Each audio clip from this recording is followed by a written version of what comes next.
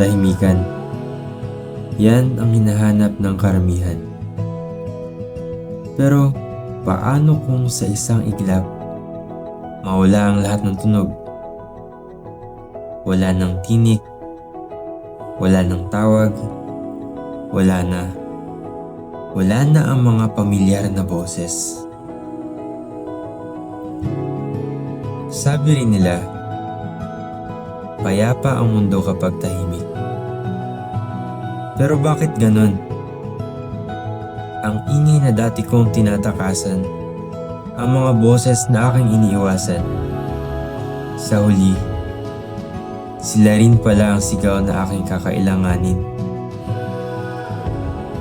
At kapag dumating ang ganap na katahimikan, matututo ba akong makinig sa mundong hindi na marinig?